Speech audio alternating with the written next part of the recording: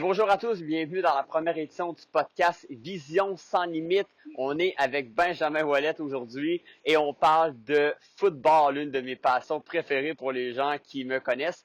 Aujourd'hui, on va pas y aller dans les détails les plus précis, mais vous allez avoir mes prédictions exactes sur quelle équipe devrait finir premier de chaque division et pourquoi. On sait que la saison de la NFL, c'est fertile, hein? Des blessures, des joueurs qui vont manquer, des grévistes comme Trey Hendrickson avec les Bengals de Cincinnati ou Micah Parsons avec les Cowboys de Dallas qui boudent leur équipe en raison de leur situation contractuelle. Bon, je ne ferai pas de débat sur ce que je pense de ce sujet-là, même si j'ai un avis très tranché, mais ça sera pour un autre jour.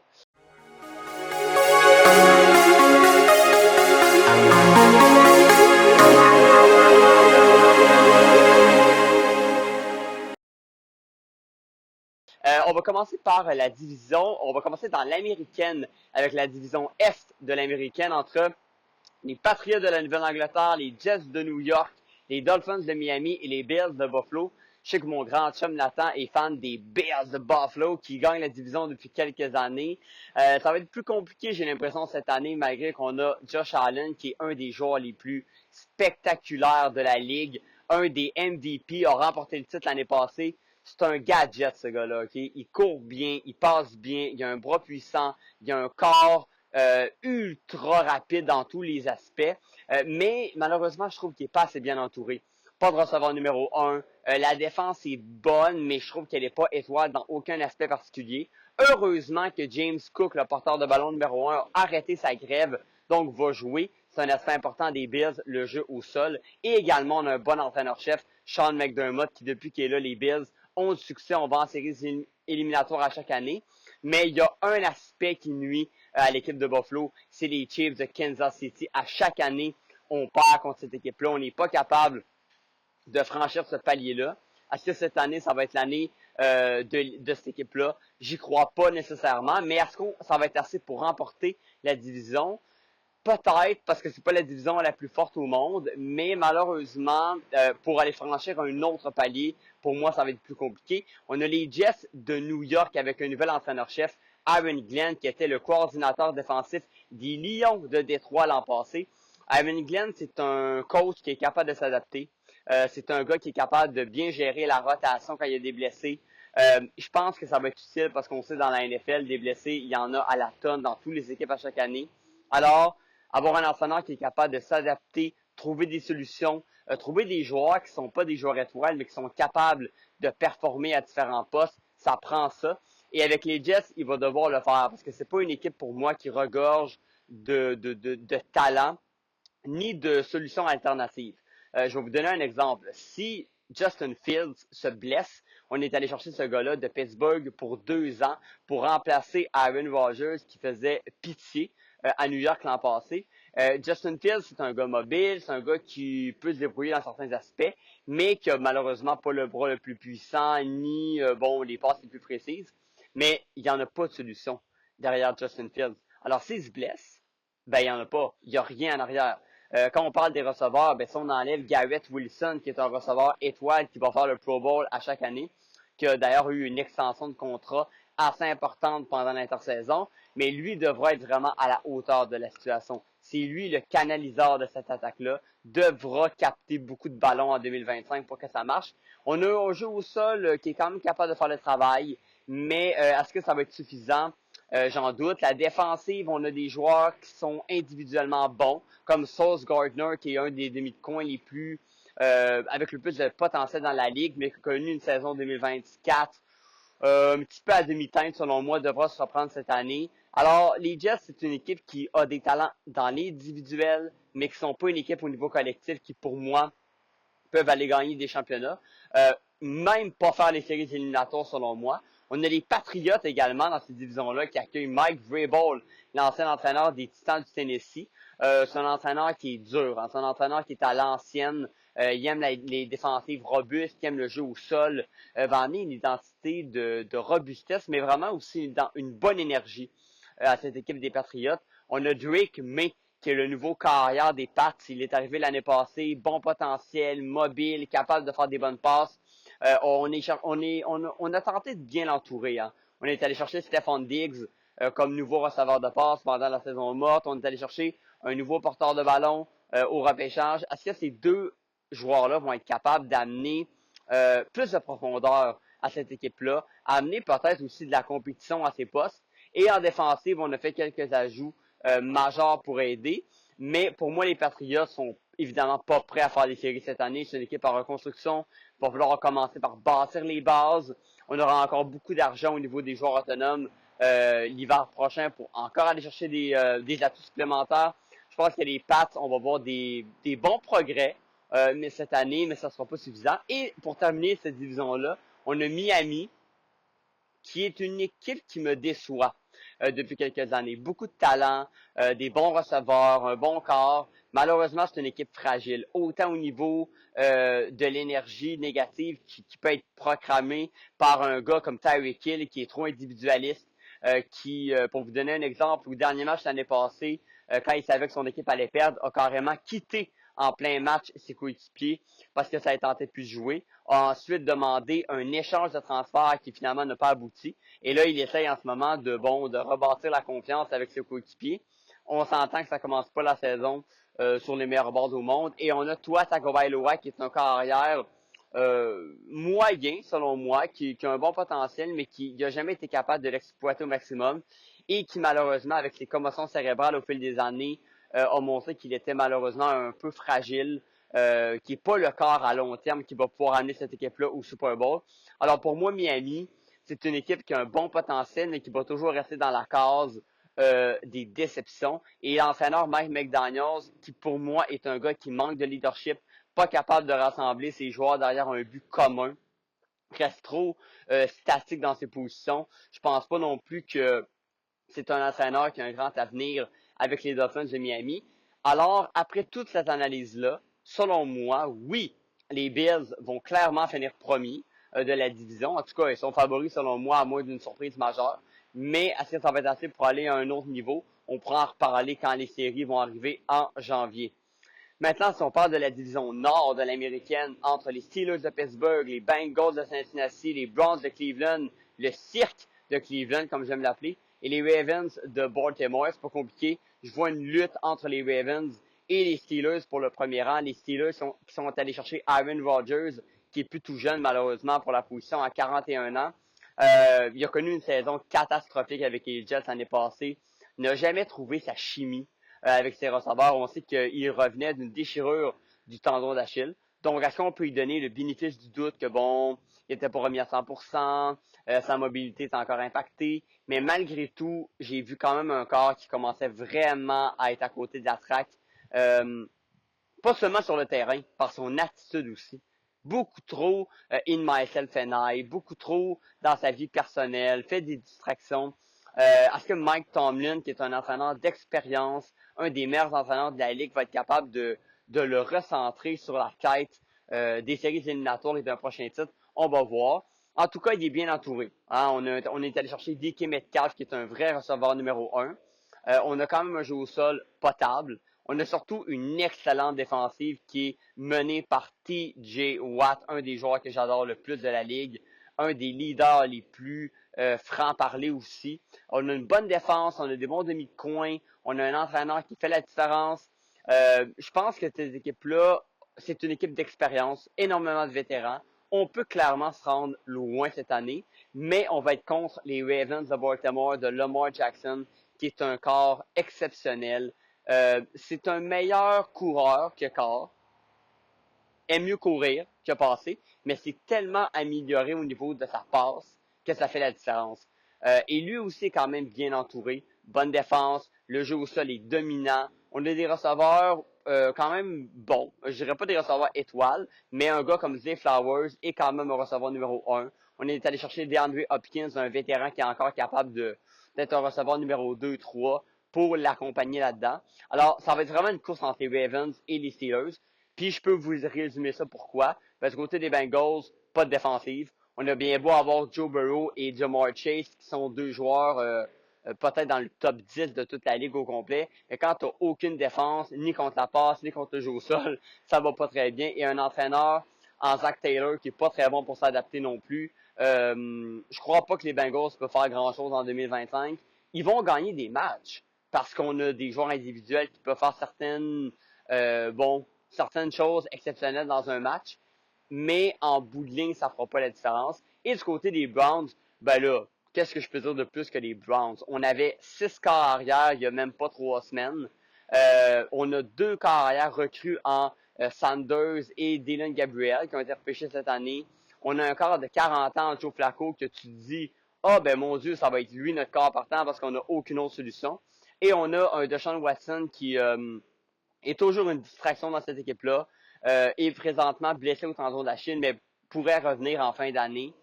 C'est le cirque de Cleveland. Quand tu as 6 corps dans une équipe, là, honnêtement, ça n'a pas de bon sens. Miles Garrett a voulu quitter. On l'a acheté avec un chèque intéressant. A resté finalement. On n'a pas de receveur numéro 1, selon moi, qui sont capables de faire la différence. Jeu au sol, correct sans plus. Entraîneur, un bon entraîneur, mais qui, selon moi, prend des décisions qui sont menées par la direction en haut. Bref, les Browns vont être encore une équipe médiocre en 2025, à mon avis. Et si j'ai une prédiction à faire, mon cœur est avec les Steelers qui gagnent la division, mais malheureusement, ma tête est avec les Ravens de Baltimore. Donc, je pense que Lamar Jackson va encore remporter la division et pourrait être encore le MVP. Je crois cependant que les Steelers vont participer quand même aux séries éliminatoires comme équipe repêchée. Il y a trop de talent dans cette équipe-là pour ne pas les faire. Et ensuite, on arrive à ma division, la division sud de l'américaine. Pourquoi ma division? Moi, je suis un fan des Colts d'Indianapolis. Malheureusement, mon équipe fait un peu dur en ce moment. On n'a pas un carrière défini entre Daniel Jones et Anthony Richardson. Daniel Jones qui va être le carrière partant pour le premier match, mais est-ce que c'est un choix par défaut ou un choix imposé? Daniel Jones qui n'a pas réussi à créer une bonne alchimie à New York, n'a jamais prouvé sa sélection dans les 6 premiers. C'est un gars qui n'est pas le plus mobile, pas les meilleures passes, a un casting autour de lui qui est correct, mais on a un Jonathan Taylor comme porteur de ballon qui est fragile, des receveurs qui sont bons, mais on n'a pas un joueur étoile, une bonne défense. L'atout des Colts, c'est la ligne à l'attaque. On a une ligne à l'attaque qui est dans les meilleurs du pays, mais encore une fois, un entraîneur qui m'a rien prouvé en Shane Station, qui m'a rien prouvé qu'il est capable de faire dans cette ligue-là. Alors, est-ce qu'on peut remporter la division? La seule raison pourquoi je pense que oui, c'est que c'est 4 équipes faibles.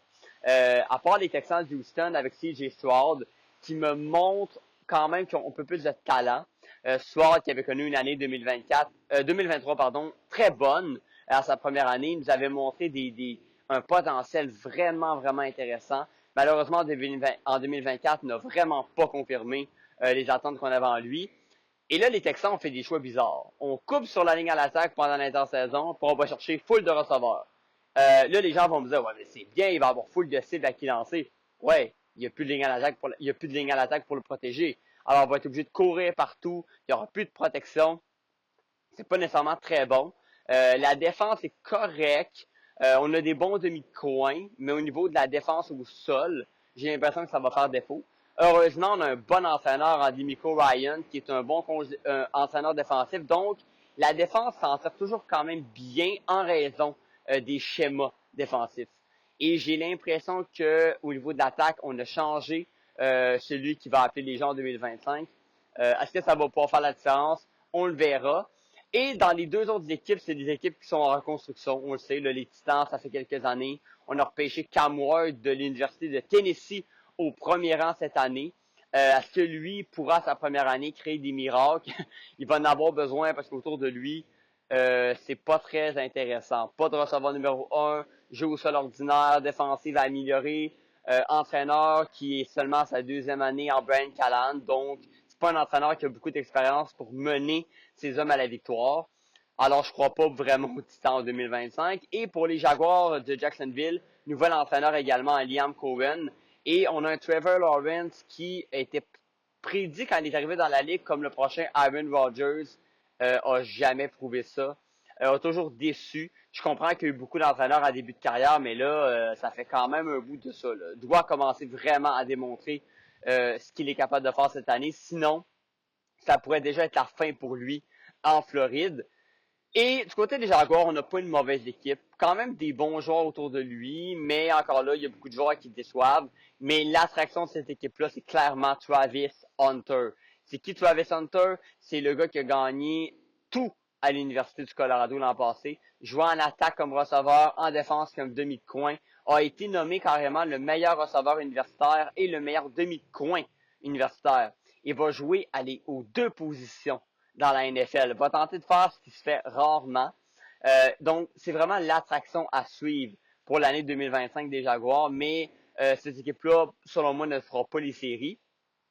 Et entre les Colts et les Texans, honnêtement, je suis vraiment partagé parce que c'est deux équipes pour moi qui sont pas si loin que ça. Si CJ Stroud répond aux attentes, c'est clairement les Texans qui remportent cette division-là. C'est pour ça que je vais pencher vers eux.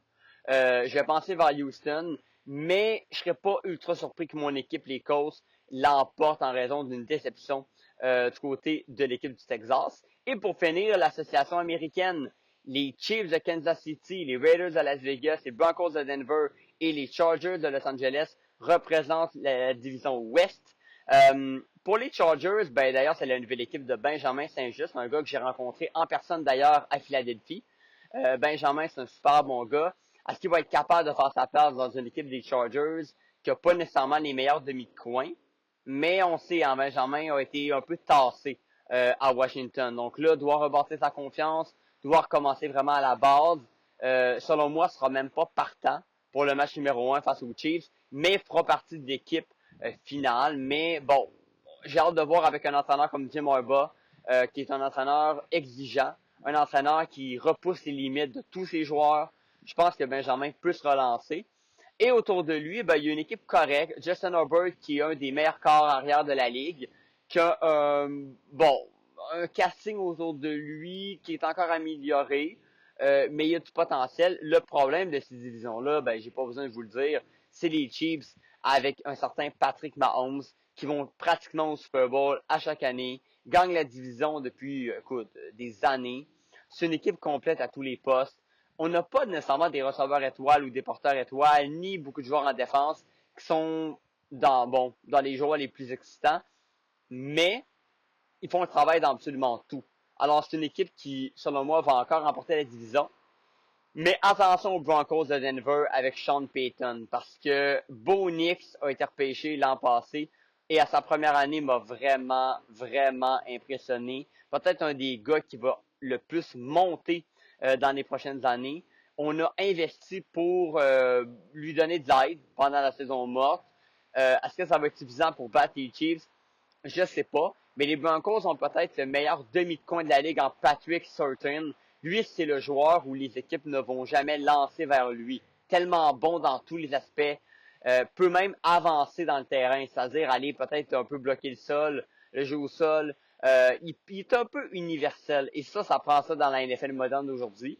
Et on a les Raiders de Las Vegas avec Pete Carroll, l'ancien entraîneur légendaire des Seahawks de Seattle qui revient au bercail. Je pense que pour les Raiders, ça va être une année de transition. Geno Smith arrivé de Seattle pour être le corps numéro 1. On a repêché quand même des joueurs intéressants. Alshon Jeanty, qui va être le porteur de ballon numéro 1, qui a été le meilleur coureur universitaire, va tenter, lui, d'impressionner à sa première année. Et on a Brock Bowers, qui, à sa première année, a été carrément un des meilleurs ailiers rapprochés de la NFL. Alors, il y a du potentiel, mais on n'est pas prêt à gagner là. Les Chiefs vont remporter cette division et les Broncos de Denver et les Chargers vont être dans la course, eux, pour les séries éliminatoires. Maintenant, si on parle de l'association nationale, bon, vous allez voir que dans la nationale, je vais vous résumer ça assez rapidement parce que, bon, il y a des divisions qui sont assez faciles à prédire. Si on parle de la division des Eagles de Philadelphie dans l'Est, les Eagles, je vous le dis tout de suite, vont probablement remporter la division. C'est l'équipe qui a remporté le Super Bowl l'an passé. On n'a pas changé grand-chose. On a perdu un peu de profondeur en défense. Mais au niveau de l'attaque, Jalen Hurts est encore là comme carrière. Saquon Barkley, qui a été le meilleur coureur de la NFL, est encore là. On a encore deux receveurs en A.J. Brown et Devante Smith, qui sont deux des bons receveurs de la ligue. Un excellent duo. On a une bonne défensive avec un gars comme Jalen Carter, qui est encore dans son apogée, est encore jeune. et un entraîneur en Nick Sirianni qui est un excellent stratège. Il n'y a pas beaucoup de faiblesses dans cette équipe-là. On peut clairement répéter le titre. À part les Commanders de Washington, les Giants et les Cowboys ne pourront pas suivre les Eagles en 2025. Les Commanders avec Jayden Daniels, eux, c'est l'année de la confirmation. Jayden Daniels qui a été la surprise de la première année. Le joueur, la recrue par excellence, mobile, bon passeur, confiant, un calme incroyable. Je vous le dis tout de suite, il va coûter très cher s'il continue comme ça.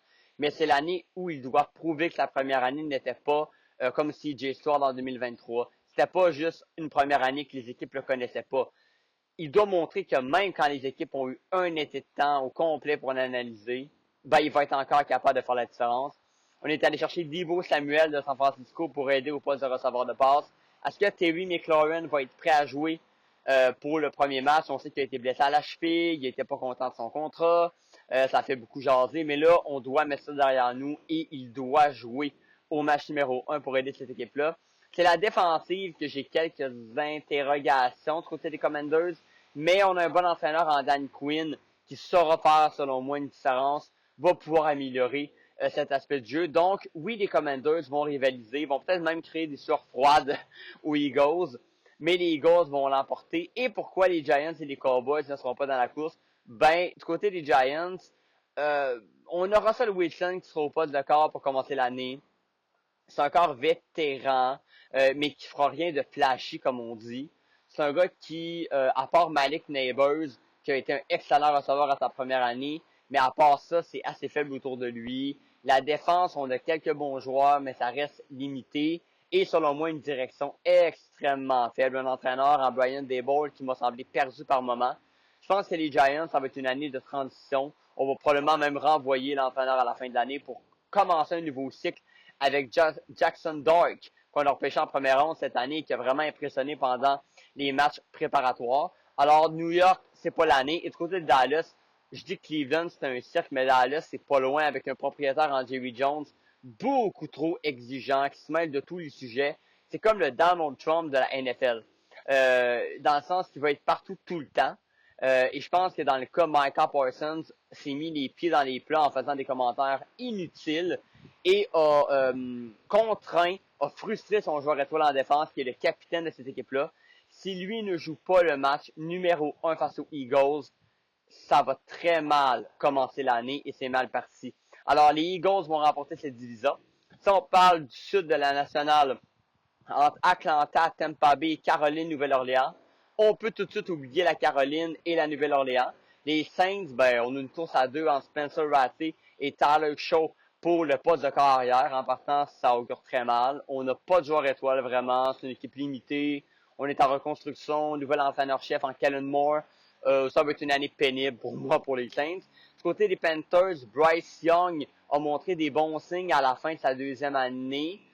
Mais il y a encore beaucoup de travail à faire pour l'entourer adéquatement. On a repêché un receveur pendant la saison morte pour essayer d'aider, mais bon, c'est une équipe très jeune, on n'a pas d'expérience. Je pense qu'on va être dans les matchs, on va créer quelques surprises, mais on ne pourra pas participer aux séries. Et entre les Falcons et les Bucks, ça va être serré, mais je crois beaucoup plus aux Bucks, avec un entraîneur en Todd Bowles qui a prouvé dans la ligue qu'il était capable de faire la différence. Un corps avec un Mayfield qui a ressuscité en Floride. On a le toujours fiable Mike Evans qui, malgré ses 30 ans, continue d'écrire le livre des records. On a même repêché un autre receveur pour aider lui et Chris Godwin. Je pense que cette équipe-là a quand même les fondations pour encore une fois remporter la division. Du côté d'Atlanta, c'est pas qu'on n'a pas une bonne équipe sur papier, mais on déçoit à chaque année. Et on n'a pas nommé le bon entraîneur pour moi. Quand on a nommé cet entraîneur-là en 2023, j'ai dit non, ça sera pas bon. Et comme défait en 2024, ça m'a vraiment déçu. Ça nous aurait pris un coach offensif. On a nommé un entraîneur défensif. Et malgré ça, la défensive n'est pas meilleure. Alors, et on a Kyle Pitts, l'ailier rapproché qu'on disait que c'est le joueur générationnel. Ben, il est énigmatique. C'est-à-dire qu'il répond aucunement aux attentes.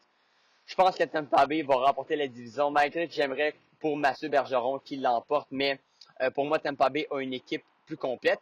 Et la division la plus attrayante dans l'association nationale, c'est la division Nord, avec les Packers, les Bears, les Lions et les Vikings. Il y a 3 équipes sur 4 qui peuvent remporter la division. Les Lions ont déçu en étant stoppés en séries éliminatoires face à Washington.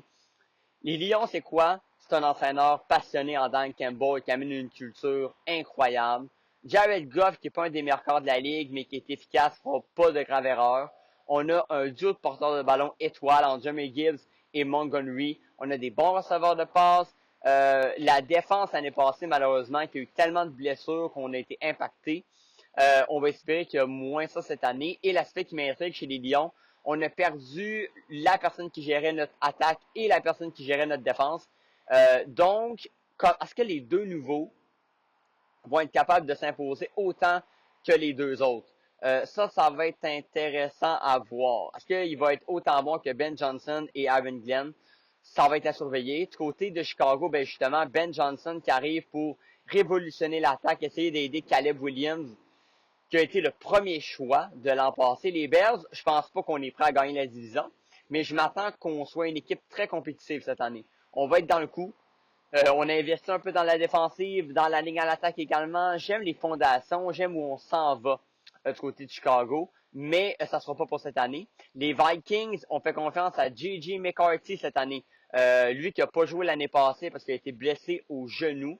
Ça va être intriguant, très intriguant. Peut compter sur un des meilleurs receveurs de la ligue en Justin Jefferson. Malheureusement, Jordan Addison, le receveur numéro 2, va être suspendu pour les 3 premiers matchs de la saison.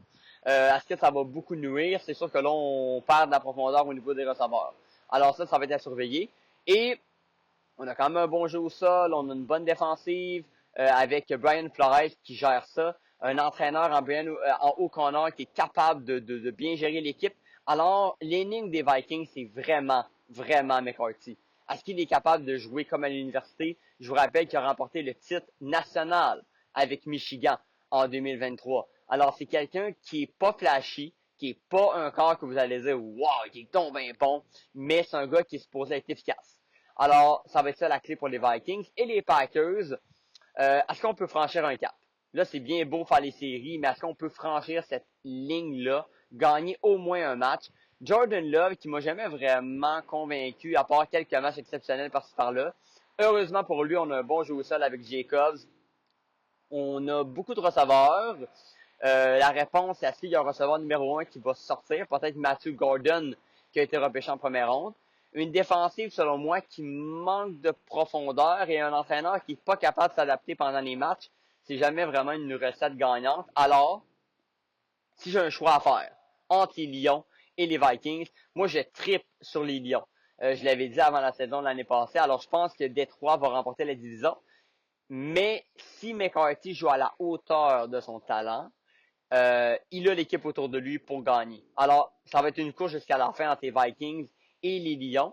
Mais quand même, attention aux Packers et à Chicago. Ça ne me surprendrait pas que cette division-là se joue vraiment jusqu'à la fin. Selon moi, c'est même la meilleure division de la NFL. Selon moi, il y a beaucoup, beaucoup de compétition. Et pour terminer ce podcast sur la NFL, on va parler de la division ouest de la nationale entre l'Arizona, Seattle, les Rams de Los Angeles. J'ai l'impression dans cette division-là que pourquoi je parle pas des 49ers en passant, c'est que ça va mal et je pense pas qu'ils vont être dans la course pour la gagner. Je pense que ça va être vraiment une course entre les Seahawks et les Rams. Les Seahawks, on est allé chercher Sam Darnold qui a, on va dire, refait sa réputation au Minnesota l'année passée, mais qui malheureusement en fin d'année a pas convaincu les Vikings d'y donner une prolongation de contrat. Mais là, Seattle doit absolument trouver le moyen d'être constant, d'amener son jeu peut-être à un autre niveau. Autour de lui, c'est quand même intéressant, mais bon, c'est sûr que la perte de Dickie Metcalf fait extrêmement mal à cette équipe-là. On est allé chercher Cooper Kupp des Rams justement, mais bon, Cooper Kupp, selon moi, ses meilleures années sont derrière lui. On a Jackson Smith Njigba, qui est le nouveau receveur numéro 1. Est-ce qu'il va être capable de s'imposer? On a une défensive qui devra s'améliorer dans tous les aspects du jeu. Alors, pour moi, les Seahawks vont être dans la course avec les Rams. Je pense que les Rams vont remporter la division. Pourquoi? Sean McVay est un des meilleurs entraîneurs de la ligue. Si Matthew Stafford est en santé, c'est un carrière efficace. On est allé chercher Devante Adams, qui est encore capable de faire la différence. Il a quand même fait des bonnes statistiques l'année passée avec des corps arrière médiocres, un jeu qui n'allait vraiment pas bien. Donc je pense qu'avec un encadrement adéquat, va encore une ou deux saisons dans le corps.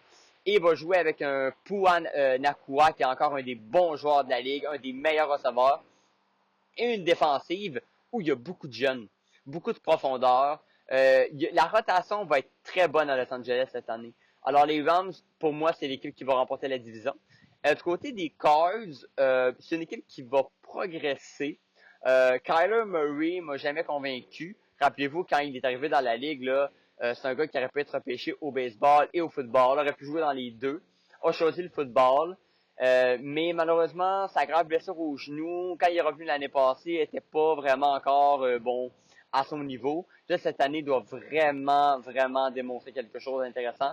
Est-ce qu'il peut créer une chimie avec Marvin Harrison, qui a été repêché avec des attentes extrêmement élevées? Lui qui avait été le meilleur receveur universitaire avec Ohio State. Mais là, lui aussi doit connaître une deuxième année plus fructueuse que sa première année.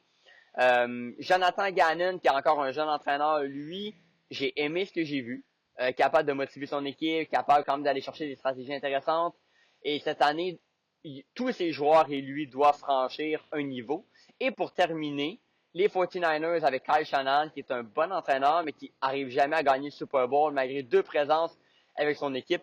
Et c'est pas cette année que les 49ers vont aller au Super Bowl. J'y crois pas vraiment.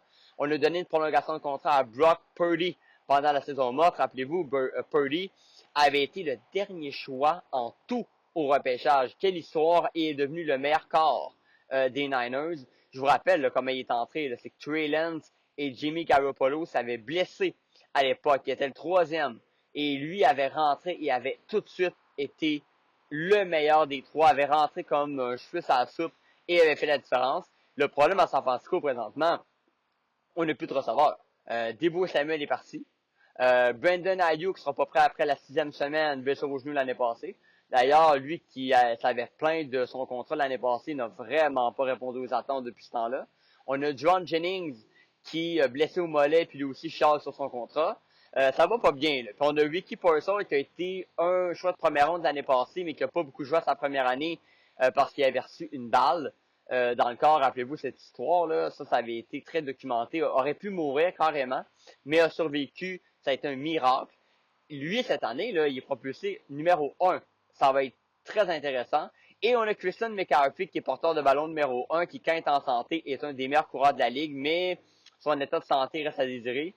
Et la défensive qui, avec Nick Bosa, qui est le leader de cette défense-là, devront être à la hauteur avec Fred Warner et compagnie, mais il manque de profondeur partout. Alors, du côté de San Francisco, on peut être dans les matchs, on peut causer des surprises selon moi. C'est une équipe qui est jamais négligée dans rien, mais il n'y a pas assez de rotation pour gagner. Alors, voici mes prédictions pour les divisions de la Ligue. Et en terminant, si j'avais une idée pour qui pourrait aller au Super Bowl, et là c'est vraiment une prédiction au hasard, je pense que dans l'américaine, euh, je vais surprendre personne en disant que les Chiefs vont probablement retourner au Super Bowl. Pourquoi je pense? Ben, probablement, ça fait des années qu'ils vont. Et deuxièmement, que je vois pas une équipe dans l'américaine. Il n'y a pas une équipe, en vrai, à chaque année qui est capable de battre les Chiefs. On parle des Bills, on parle des Ravens. Ça arrive jamais. Alors moi, tant que les Chiefs m'auront pas prouvé qu'ils sont capables de s'éliminer eux-mêmes et qu'ils ont vraiment un manque de profondeur flagrant et qu'ils sont plus capables de trouver des solutions, pour moi, les Chiefs vont tout le temps aller au Super Bowl. Dans la nationale, c'est beaucoup plus serré selon moi, parce que même si les Eagles pourraient, selon moi, facilement remporter encore une fois le Super Bowl pour une deuxième année consécutive, mon cœur est vraiment avec les Lions de Détroit. Puis j'en avais parlé l'année passée, j'aurais voulu qu'ils se rendent au Super Bowl. Malheureusement, on a déçu en séries éliminatoires. Mais là, je pense qu'on va avoir appris de cette défaite de l'année passée. Je pense que l'équipe est à maturité. Je pense que les Lions peuvent aller au Super Bowl. Donc, je verrai les Chiefs contre les Lions. Et j'espère que les Lions vont remporter le titre. Mais ça va dépendre. Est-ce qu'on va avoir je veux dire, est-ce qu'on va être exempté des blessures en 2025? Est-ce que les nouveaux entraîneurs vont être capables de faire le travail? Et est-ce qu'on va être capable de s'adapter au fil de la saison? Ça sera pas facile de sortir de cette division-là. Mais si on sort de tout ça, oui, les Lions pourraient remporter le Super Bowl de cette année. Alors, c'est ce qui met fin au podcast sur le football de la NFL. N'hésitez pas à partager, allez sur nos réseaux sociaux. Le prochain podcast sera sur le sport paralympique. On va parler pas juste de l'athlétisme. Oui, je fais une carrière professionnelle, mais on va essayer de parler aussi quand on fait du sport paralympique au niveau récréatif. Quels sont les défis associés à ça? Ça va être super intéressant de démystifier tous ces challenges-là qu'on traverse au quotidien. Alors, merci d'avoir été là. Passez une belle semaine et on se revoit bientôt pour un prochain podcast de Vision sans limite.